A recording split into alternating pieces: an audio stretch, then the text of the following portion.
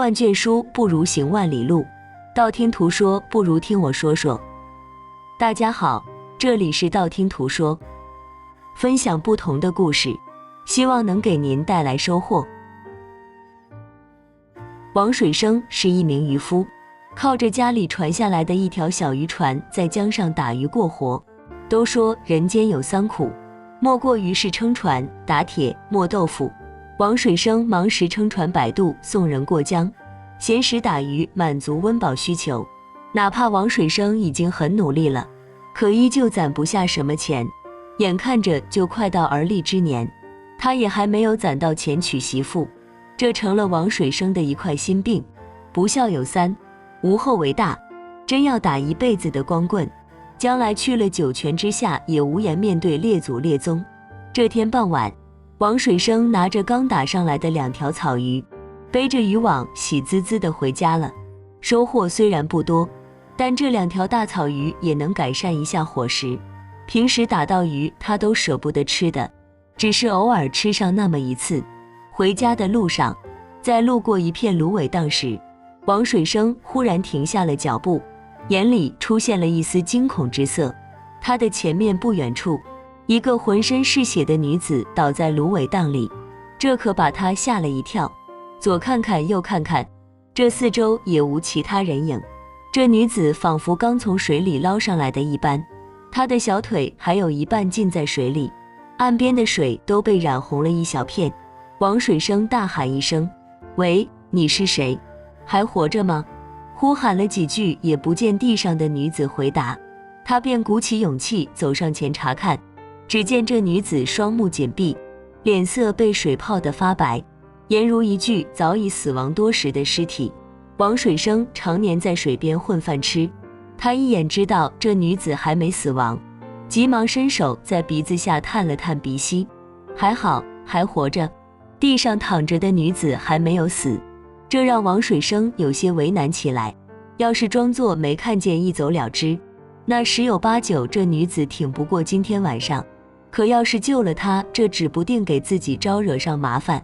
迟疑了许久，王水生还是决定救下此女。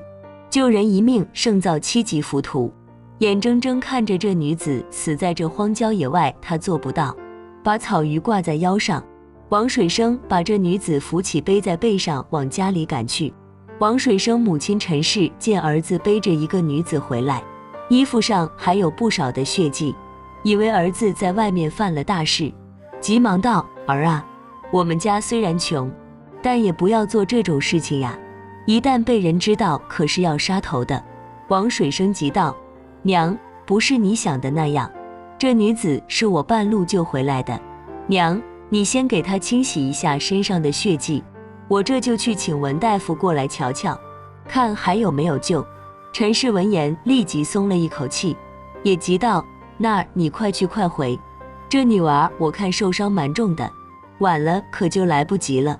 王水生把女子放在床铺上后，就立即飞奔离开。等他请来大夫后，陈氏已经把女子给打理干净。文大夫查看一下后道：水生，这女娃你在哪里救的？她受的伤并不严重，应该是长途跋涉劳累过度，加上外伤连累，这才晕了过去，得好好调养休息，很快就能恢复过来。王水生见文大夫询问，便一五一十地把事情的经过说了出来。这不是什么好隐瞒的事情，他背回来时村里不少人都看到了。文大夫点点头道：救人一命胜造7级浮屠，水生你做得对，我给你开2副方子，你待会随我去拿点药，这钱我就不收你的了。王水生闻言顿时感激涕零，在收下方子后，又特意把文大夫给送了回去。等他回来时已经是半夜，手里还拿着2袋药。此时那女子已经苏醒，见王水生回来，便要挣扎着起床，虚弱地说道：刚才我听大娘说是你救了我，这么晚了还要麻烦你去拿药，救命之恩，小女子感激不尽。王水生摆摆手道：哎，姑娘此话严重了，倒是姑娘怎么会昏睡在那芦苇荡里？如果不是我碰巧路过，可能都没有人会发现。那片芦苇荡很偏僻的，有时候还会刮起怪风，平时打鱼的人都不往那边去。女子闻言摇摇头，有些落寞地说道。这话说来就话长了。紧接着，女子便说出了她如此遭遇的原因。原来，女子叫做严玉娘，是洛阳人士。她本来是跟随父母来这边做生意的，可谁知道半路遇到了山贼，不仅随身携带的财产都被抢夺干净，就连父母也惨遭不测。她在父亲的拼死保护下从得以逃脱，从岸边上船后没多久又被追上。为了不被山贼所玷污，严玉娘以死明志，纵身一跃跳进湍急的河道里。后来发生了什么，她就记不清了。等苏醒过来，就已经发现来到了王水生的家里。严玉娘哭泣道：要是没有公子相救，小女子可能就成为鱼虾之食了。王水生闻言，心里不由得感叹，原来也是一个苦命女子。于是便问道：严姑娘，你先安心养伤吧，老人们都说福大命大，你以后会过得很好的。就这样，严玉娘便在王水生家居住下来。这一晃便是3个月过去，严玉娘的伤势也逐渐好转，后来甚至还可以帮着陈氏做一些力所能及的活，这可把陈氏高兴坏了，心里感叹要是严玉娘是自己的儿媳就好了。严玉娘要容貌有容貌，要身段有身段，特别是那一张脸白白净净的，竟有一种说不出来的韵味。时间久了，一些流言蜚语也传了出来。有人说严玉娘一个女子家住在王水生家里不合适，毕竟她还是一个光棍汉子。也有人说严玉娘早就与王水生有了肌肤之亲，只是没公开而已。这天，王水生急匆匆地回来，把正在洗衣服的严玉娘拉到一旁，说道：玉娘妹子，大哥有一件事不知当说不当说。严玉娘不解道：水生大哥，你是我的恩公，这还有什么不该说的？有什么你直接说便是。王水生迟疑了片刻，然后说道：玉娘妹子，你在扬州府这边是否还有亲戚可投靠？要不我给你寻找一下。严玉娘闻言眼泪流了出来，泪眼婆娑的道：如今小女子已经是孤身一人，没有可以投靠的地方，水生大哥是否嫌弃了我，要赶我走？王水生急忙摆摆手道：我不是要赶你走，而是你这样一个黄花大闺女住在我这里，难免会被别人说闲话，我怕会坏了你的名声。这些天王水生也听到了不少闲言碎语，这样的话流传出去，还让严玉娘怎么做人呢？思前想后之下，王水生还是把话给挑明了。严玉娘的伤势也恢复完毕，如果能够给她寻找亲戚投奔，那也算是一件好事，至少这名声算是保住了。谁知严玉娘却道：别人怎么说那是别人的事情，我不在乎，如果水生大哥在意话，玉娘也可以嫁给水生大哥，这样一来，这些流言蜚语自然就没了。王水生闻言急道：玉娘妹子，我不是这个意思。王水生听严玉娘要嫁给自己，一时间急着脸红脖子粗，也没能说出一个完整的字来。严玉娘扑哧一笑，说道：水生大哥，你救了我的性命，这恩情玉娘可记着呢。玉娘如今也没有地方可去，本就想伺候你和大娘一辈子偿还恩情，既然如今外人都这样说了，水生大哥你何不娶了我？难道水生大哥你不愿意？王水生本来是一个口词伶俐之人，可如今遇到了这样的事情，他竟然不知道该怎么说了。说不喜欢严玉娘那是假的，他打了这么久的光棍，对娶一房妻子早已渴望许久，更不要说严玉娘这等貌美的女子。通过这段时间的相处，王水生心里明白，严玉娘之前应该是大户人家的小姐，哪怕不是，条件也比他家要好许多，这样的人他能配得上吗？就在他迟疑时，母亲陈氏一扫帚打在他的脑袋上，恨铁不成钢地道：玉娘都已经这样说了，你还像一个榆木脑袋一样，不管你同不同意，玉娘这个儿媳妇我是认定了，既然母亲都说了。王水生也放开了胆子，大大方方地接受了严玉娘。在举行简单的成亲仪式后，两人便成为了正式的夫妻，而严玉娘也顺理成章地在王水生家住了下来。农忙时，她会陪着陈氏下地干活，空闲时也会陪着王水生一起去撑船。村里人都夸严玉娘是个勤快能干的女子，也逐渐忘记了她外来人的身份。时间一晃，严玉娘来到王水生家便有了2年之久。这些年来，陈氏对严玉娘哪里都很满意，就是她与王水生成亲2年多了，这肚子也没有一个动静，这可让陈氏有些焦急起来。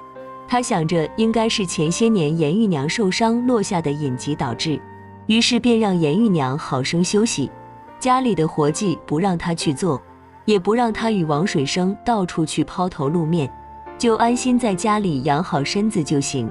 可这天早上，邻居吴伯却急匆匆跑到王水生家院子门口，呼喊道：“陈嫂子，大事不好了！水生的船遇到暗流激浪，他的船散架了，掉入了江里。”这会，陈氏闻言急忙从屋里跑了出来，抓住吴伯的手道：“吴伯，你刚才说什么？水生怎么了？”吴伯把之前的话重复了一句。陈氏闻言眼前一黑，便昏死过去。严玉娘也从屋里跑了出来，急忙扶住陈氏，担心道：“娘，你怎么了？”吴伯把事情又给玉娘说了一遍，嘱咐道：“先把你娘送到屋里，你也别太伤心了，人死不能复生，要注意不要让她再受到惊吓。”严玉娘悲切道：“吴伯，我知道了。”等水生被送回来时，已经脸色发白，眼珠凸起，仿佛看到了什么不可思议的事情。邻里邻居不敢让陈氏见到王水生如此惨状，便匆匆忙忙给装了棺材。王水生是落水遇到暗流卷入江底而死，大家也都没有去衙门报案。办了葬礼后，就让王水生入土为安了。陈氏伤心过度，便在丈夫坟墓旁边搭建了一间茅草屋，以贵孝弥补对王家的亏欠。王水生还没给王家留下香火，就这样死了。陈氏觉得自己罪责很大，发誓在丈夫坟墓前跪孝3年。这天晚上，王水生家屋里，本来该安静的房间却传出来了一声轻笑声：“我的心肝儿，我还以为此生再也找不到你了，没想到还是你有办法，躲在小渔村里瞒天过海。要是那天没在集市上发现你，我还真以为你去了开封府呢。”屋内，一名俊俏的男子环抱着严玉娘，眉目间充满了风情。严玉娘娇羞道：“瞧你那死样，我不这样能活下来。不过现在王水生死了，我想也应该离开了。这个身份过不了多久就会暴露的。”男子道：“怕什么？如果那老太婆知道了，我们一并解决就行，根本就不用担心。”严玉娘有些不满：“解决？你就这脑子？我等了2年，好不容易风头过了，你这样岂不是又要逃跑？这王水生怎么说也救了我一命，陈氏对我也挺好的，你这样下手是不是有些狠了？”男子道：“大丈夫就得当机立断，谁让他发现了你之前的藏宝地点？不过我还是得说，你那藏宝地点真高明，竟然藏到了江底的礁石下面，这任谁也想不到。”严玉娘得意道：“那是自然，要不是我水性好，估计就得交代在江底了。不过之前我伤势严重，估计有一袋珠宝没藏好，被王水生渔网给带了上来。这次你可藏严实了。还有……”严玉娘正要交代着什么，忽然大门被人一脚踹开，一个身穿白衣的男子站立在门前，直勾勾地盯着严玉娘2人。严玉娘惊叫道：“王水生，你不是已经死了吗？阿贵哥，这是怎么一回事？”旁边的阿贵也很迷糊，他明明看见王水生已经下葬，难道这是他的魂魄？他故作镇定，说道：“是人是鬼报上名来，是鬼你也别冤枉，谁让你看见了不该看见的东西？”玉娘给你做了2年妻子，你也死得不冤了。王水生看了看两人，等了好久，终于开口了。他说道：玉娘，没想到我们夫妻这么久，你还是选择了这条路。我给过你机会的，可惜我们是有缘无分吧。我也明白了这么多年你为什么不要孩子，你是没打算和我过日子，你是想躲过这段时间衙门的追查，从而好潇潇洒洒地离开吧。我说的对吧？严玉娘、沈贵，不，我应该叫你们雌雄大盗吧。严玉娘有些痛苦的道，其实我还是想和你做夫妻的，可是现在说什么也晚了。你既然知道了我们的身份，那我绝对不会放你离开的。王水生轻蔑一笑，说道：哦，是吗？王捕头，你们看了这么久，也该出现了吧？严玉娘闻言脸色一变，大呼道：有埋伏，我们先撤。可他们刚刚离开小院，又被几10个衙役给堵了回来。沈贵发狠了，咆哮道：既然你没死，那我就让你再死一次。说罢便急匆匆朝王水生扑来，手里的钢刀明晃晃地闪着寒光。王水生只要不跑，下一刻便会身首异处。可他刚刚举刀横劈过来，一个黑色的身影忽然出现，直接抓住王水生就扔到一边。紧接着几把飞刀忽然出现，直接刺中了沈贵的要害。王哥，这2个家伙就交给我了，这次的功劳分你一半，不要太感谢我。来人是王水生的发小王明，从小酷爱武功，目前在衙门当差，一手飞镖用得出神入化，江湖人称飞刀明。在王明的加入下，沈贵与严玉娘根本就不是对手，渐渐地便落了下风，没多久便被擒住了。看着被擒住的2人，王水生一阵感慨，他也没想到与自己同床共枕2年多的女子，竟然是近段时间传得沸沸扬扬的雌雄大盗。据说严玉娘乃是开封府贾员外家的小妾，而沈贵则是贾府的教头。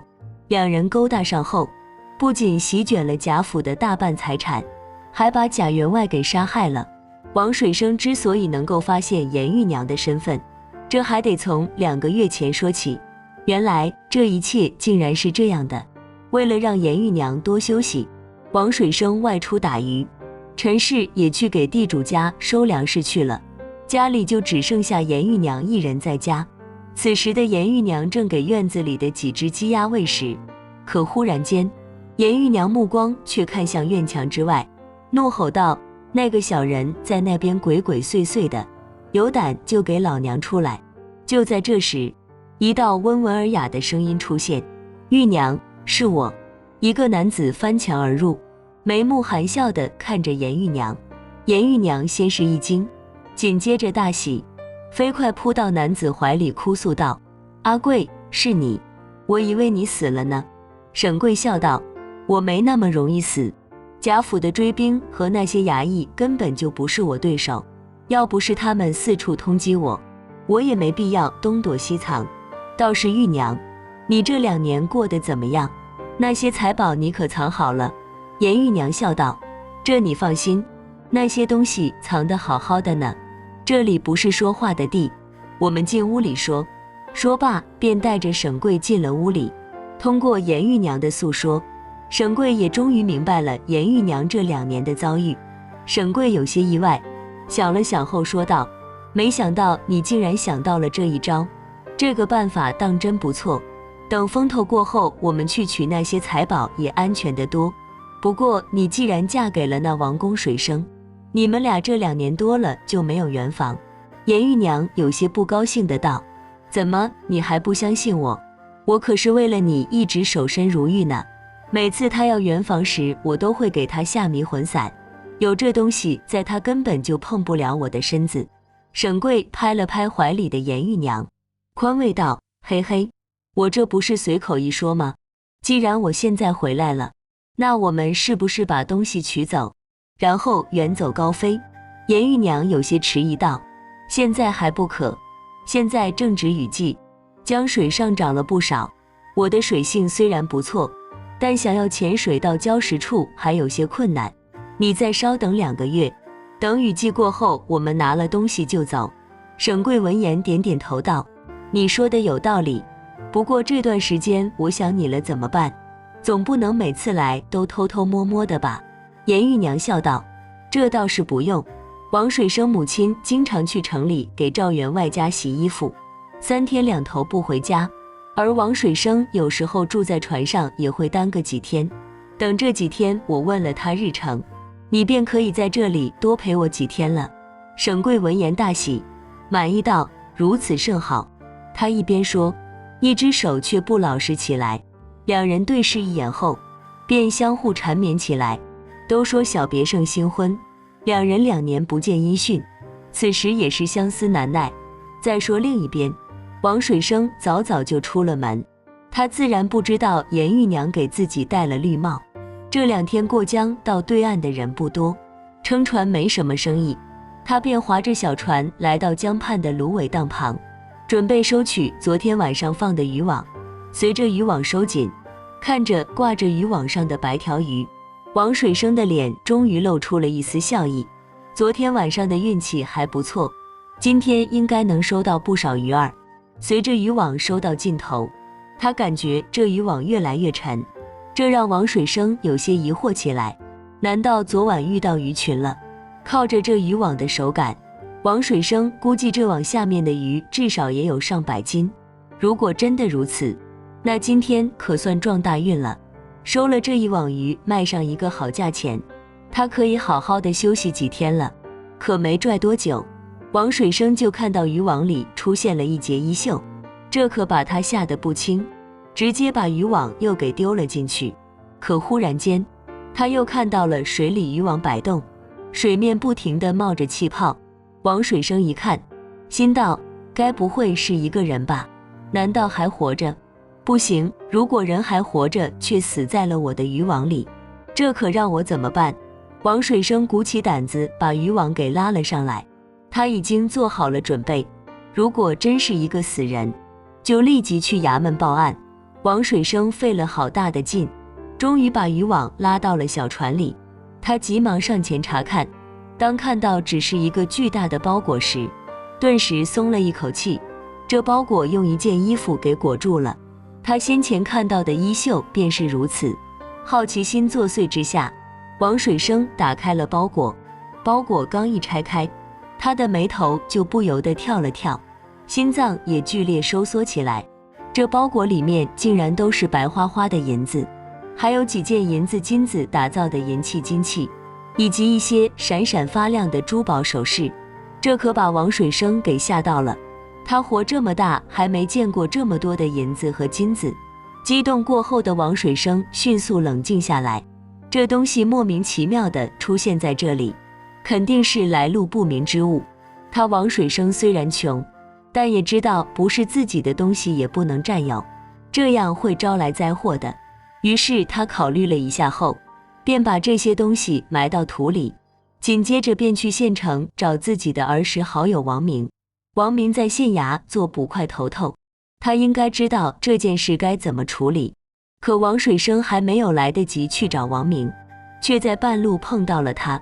两人刚一见面，王明就焦急地说道：水生大哥，我正要去找你呢。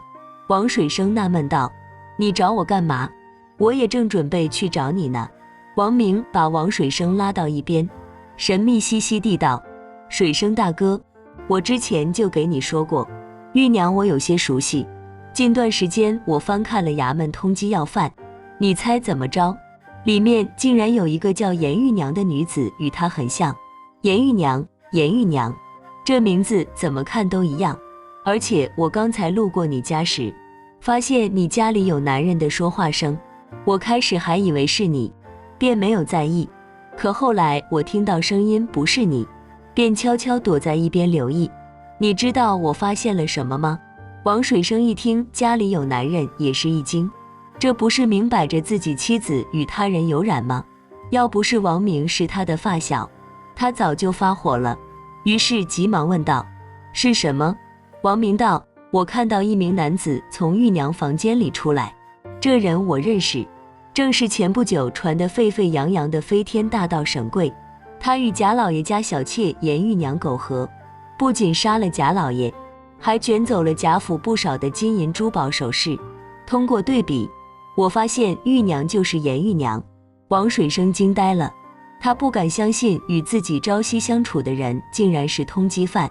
他忽然间想到了，刚才自己打捞上来的金银珠宝，莫非就是玉娘藏起来的？王水生不傻，他打捞上来的地点距离救严玉娘的地点并不是很远。事情是巧合还是真的？本能的王水生并不相信这是真的，他并没有说出金银珠宝的事情，而是说道：你应该是眼花了，我不相信玉娘是这样的人。王明摇摇头说道：我就知道你不信，不过你还是要小心一些，有事直接找我，这段时间我都会在附近巡逻。王水生回家了，回家后他发现严玉娘一切正常，并没有发现什么不对劲。可就在半个月之后的一天早上，王水生忽然发现自己的小木船漏水，他心中已经明白，严玉娘这是要置他于死地了。不再心存侥幸的他，把自己的发现告诉了王明，又与王明制作了假死的现象。制作假死之前，王水生特地把金银珠宝的事情告诉了严玉娘，看看她的反应。果不其然，第二天他的小船就被人暗中破坏了。假死的目的很简单，目的就是要引沈贵出现，并降低对方的警惕性，之后引来帮手，好把对方一举拿下。沈贵与严玉娘被带回来衙门，被审讯之后，他们对自己的罪行供认不讳，两人都被判死罪，定于半月后问斩。至于那些金银珠宝，之后王水生又下去把剩余的都捞了上来，这些金银珠宝全部都归还给了贾府，王水生一分没占。这天早上，王水生有些颓废地坐着江边，吃饭的小船没了，妻子也没了，他这段时间好像做了一场梦似的。就在这时，一艘崭新的木船缓缓靠岸，从上面下来了一个俊秀的女子。这女子左右一看后，便朝着王水生走来。公子可是王水生？女子问道。我是。王水生有些不解，这人找自己干嘛？女子闻言笑道，看来我是找对人了，我王公子大仁大义的事迹早已传遍整个开封府了。小女子好奇之下前来拜访。王水生笑道，这没什么，只是他们罪有应得而已。女子道，我听闻王公子找到了很多的金银财宝，可为什么不自己留下一些呢？我看公子现在过得也不富裕。王水生摇摇头道，君子爱财，取之有道，不是我的自然分文不取，这些东西放在身边反而是个祸害。女子仿佛得到了满意的答案，之后她便朝王水生盈盈一拜，说道，小女子贾冰儿见过王公子，王公子能如此大仁大义，帮助家父除掉那恶人，如此大恩无以为报。今天小女子来此，一是给公子送来一艘船作为回礼，二是久仰公子仁义，特地来此告知小女子下个月准备招亲，我希望公子能够来参加这次的宴会。贾冰儿说完，递给了王水生一块丝巾，之后便娇羞笑了笑，旋即带着几个丫鬟离开了。王水生看着手里的丝巾与旁边的小船，眼里露出一丝茫然。这时王明不知道从哪里出现，拍了拍王水生的肩膀，说道，你小子有福气啊，还愣着干什么？回家准备准备，我带你去提亲去。好了，今天的故事就到这里了。看完这个故事后，不知道您有什么感想？欢迎在下方留言，不要忘了点赞和订阅，希望能给您带来收获。感谢您的观看，我们下期节目再见。